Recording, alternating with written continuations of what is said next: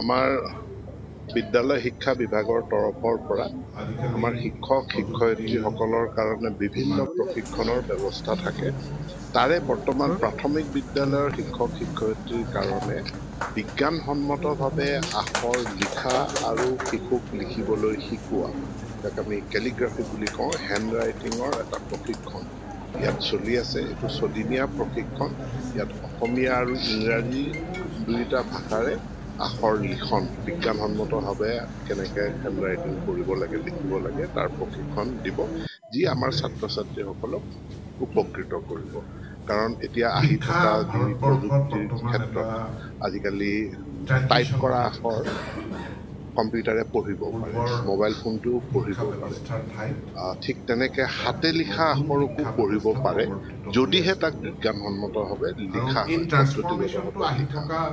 ইয়াৰ উপৰি আমি অংক গণিতৰ শিকনৰ ওপৰতো আমাৰ প্ৰশিক্ষণ আছে। সেইখিনি আমি প্ৰশিক্ষণো কৰিম। তাৰোপৰি বিশেষকৈ ইংৰাজী ভাষাৰ শব্দৰ উচ্চাৰণ পদ্ধতি, তাৰ ওপৰত আমাৰ প্ৰশিক্ষণ হ'ব।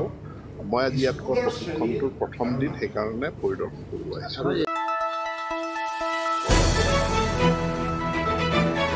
দ্য নিউজলেণ্ডছ, অবিৰত তথ্যানুসন্ধান, আপোনাৰ সেৱাত খবৰ সন্ধান। দ্য নিউজলেণ্ড।